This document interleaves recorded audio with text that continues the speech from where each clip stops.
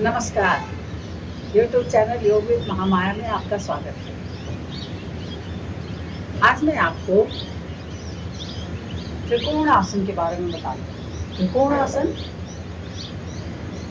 एक ऐसा आसन है जिसे सारे आसनों का मास्टर माना गया है। कुछ लोग इसे सारे आसनों का मैनेजर मानते हैं। ये क्यों मानते हैं? क्योंकि जब आप त्रिकोण बनाते हैं, आपने बचपन में ज्योमेट्री में पढ़ा होगा कई प्रकार के कोण बनने से क्या क्या इफेक्ट होते हैं, क्या क्या हो सकता है। ये सारा कुछ थ्योरम में आपने पढ़ा होगा। तो जब आप इस जीवित शरीर को जब आप विभिन्न प्रकार के कोण बनाते हैं,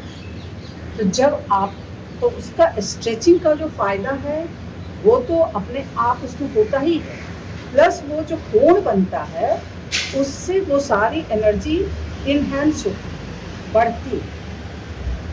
एक माना गया है कि ये पूरे कॉस्मिक एनर्जी जो है, ये पूरे ब्रह्मांड में, जिसकी वजह से हम भी जिंदा हैं और ये पूरा ब्रह्मांड भी चल रहा है एक नियम के तहत, वो कॉस्मिक एनर्जी त्रिकोण में, कोणों में हमेशा ज्योमेट्रिकल एंगल में ही वो गमन करती है, चलती है।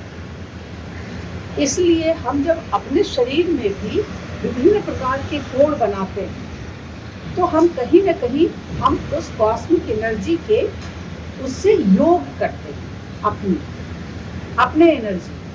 और दूसरी चीज़ कि इस शरीर की जो एनर्जी है उसको भी हम एक एंगल दे करके उसकी एनर्जी को इन्हेंस करते हैं, बढ़ाते हैं। तो माना गया कि इसी शरीर में अनंत शक्तियाँ हैं, अनंत कार्य करने की क्षमता है और आप उसका बहुत लिमिटेड उपयोग कर पा रहे हैं। आप किसी व्यक्ति को देखते होंगे कि 12-12, 14-14 घंटे आराम से काम कर रहा है। कुछ लोग तो 17-18 घंटे भी लगातार काम कर रहे हैं और वो थकान महसूस नहीं करते, तो फुल एनर्जी से फुल कॉन्शियस होके उन कामों को कर पा रहे हैं। किसी व्यक्ति का देखते हैं जीवन कितना बड़ा हो जाता है। तो इस शरीर में अनंत कार्य करने की क्षमता है। ये आपकी मानसिक क्षमता भी अनंत है और शारीरिक क्षमता भी अनंत है। तो इस अनंत शक्तियों को आप कैसे प्राप्त करें? उसके लिए योग और प्राणायाम की शरण में आए, आसन और प्राणायाम करें, अपने जीवन में लाएं। तो आज मैं आपको इसीलिए इस एनर्जी को इनहैंस करने वाले, बढ़ाने वाले त्रिकोण आसन के बारे में बताने वाली और बताते हुए ये बताऊंगी कि कहाँ कहाँ स्ट्रेस पड़ता है और किन किन अंगों को ज़्यादा फायदा करता है। ये तो होता ही होता है। इसके अतिरिक्त योग का असली उद्देश्य आप अपनी एनर्जी को, मानसिक शक्तियों को, मन की शक्तियों को, सबको आप बढ़ाते हैं, विशाल बनाते हैं और बहुत अनंत क्षमता अपने शरीर में प्राप्त करते हैं। तो देखते हैं उसको शुरुआत कैसे करते हैं।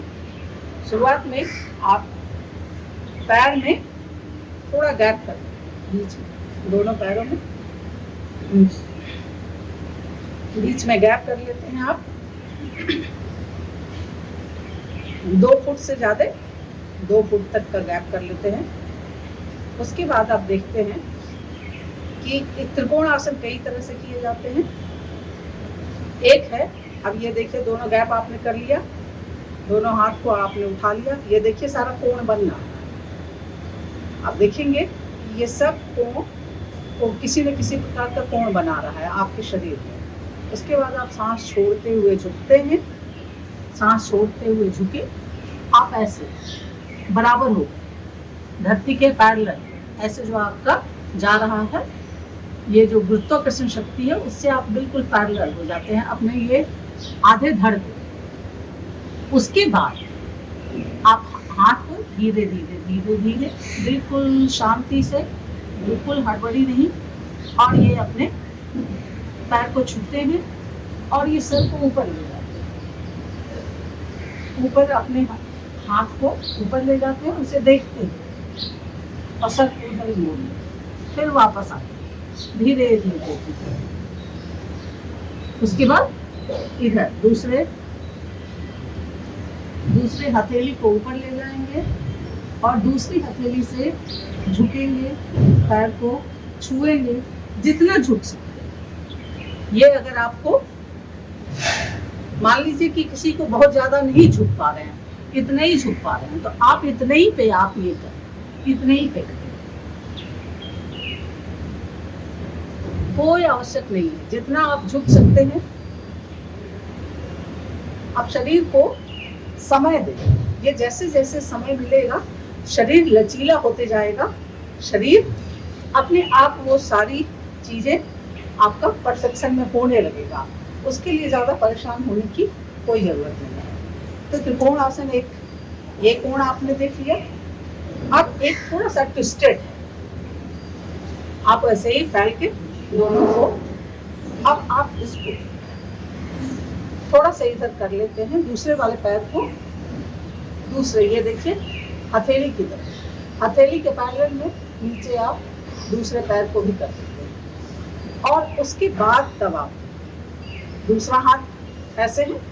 अब आप इसको छूते हैं जितना झुक सकते, देखिए इतना झुक सकते हैं तो आप इतना ही झुकते हैं, इतना झुक सकते हैं इतना ही झुके, तो कोई जल्दी नहीं है और बिल्कुल शांति शांति से धीरे धीरे धीरे धीरे झुकते हैं। सांस लेते हुए झुके, ये नीचे जमीन छुए और ये हथेली को ऊपर ले जाएं और आप हथेली को देखें तो गर्दन आपकी आप अपने आप ऐसे हो जाएगी। फिर आप वापस आते हैं। इसे दूसरे साइड से भी देख लें।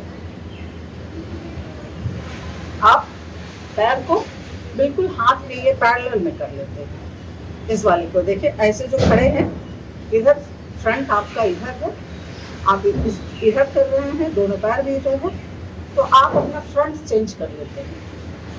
आप इधर कर लेते हैं, चेहरा भी इधर हो जाता है और उसके बाद ये धीरे धीरे धीरे धीरे झुकते हैं। जितना झुक सकते हैं इतना झुक सकते हैं, इतना ही झुके, कोई जल्दी नहीं है, कोई शरीर को समय दे।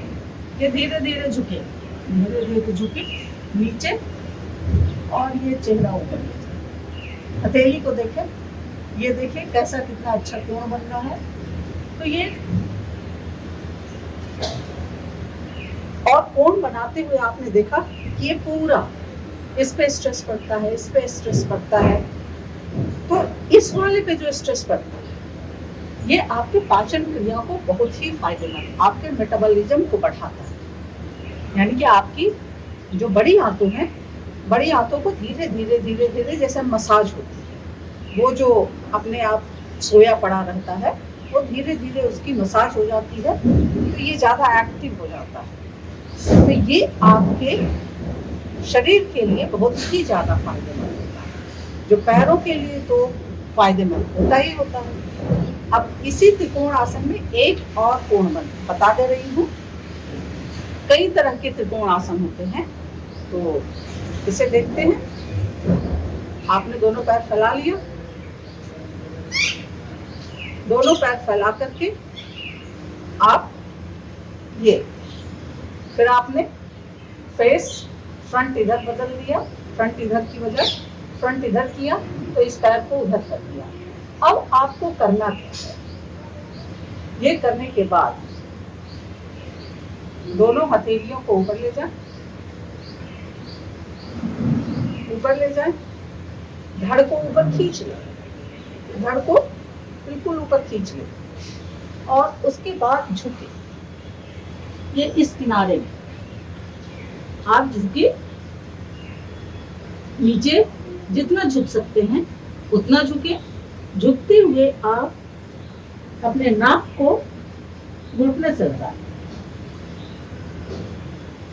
नाक को घुटने से लगाया आपने, ये देखिए। अगर घुटने से नाक नहीं लग पा रही है, शुरू में तो आप करेंगे तो बस इतना इतना इतना ही आपका झुकना हो पाएगा, इतना ही झुकना हो पाएगा, तो कोशिश करते रहें, फिर ये धीरे धीरे अपने आप हो जाता है। धीरे धीरे शरीर को समय दें, फिर वापस आ जाए। तो इसे दूसरे ओर से भी देख लेते हैं। ये देखिए, अभी आप फ्रंट में देख रहे हैं, इस फ्रंट को आपने चेंज किया, पैर को उधर ले गया, पैर को उधर मोड़ दिया, ये केवल ये करने के लिए हथेली के बराबर है। लेकिन पैर जब इधर मुड़ने के बाद ये आप हाथ को ऊपर ले गए और खूब ऊपर ले गए, धड़ को पूरा खींच लिया और खींच लेने के बाद ये झुकना शुरू। जितना झुक सकते हैं उतना ही झुके, कोई जल्दीबाजी नहीं है, कोई ज़्यादा नहीं है।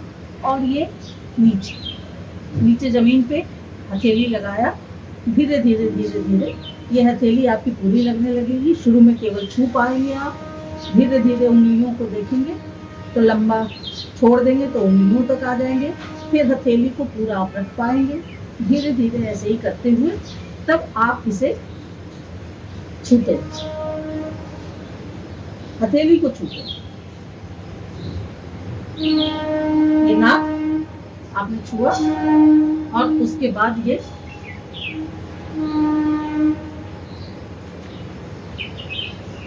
तो ये त्रिकोण आसन और भी कई तरह से कोण है। तो ये कोणों का बड़ा महत्व है। जब भी आप ट्रायंगल बनाते हैं तो ये आपके शरीर की एनर्जी को बताया, कॉस्मिक एनर्जी भी एंगल में ही प्रवाह होता है, उसका गमन होता है, चलती है।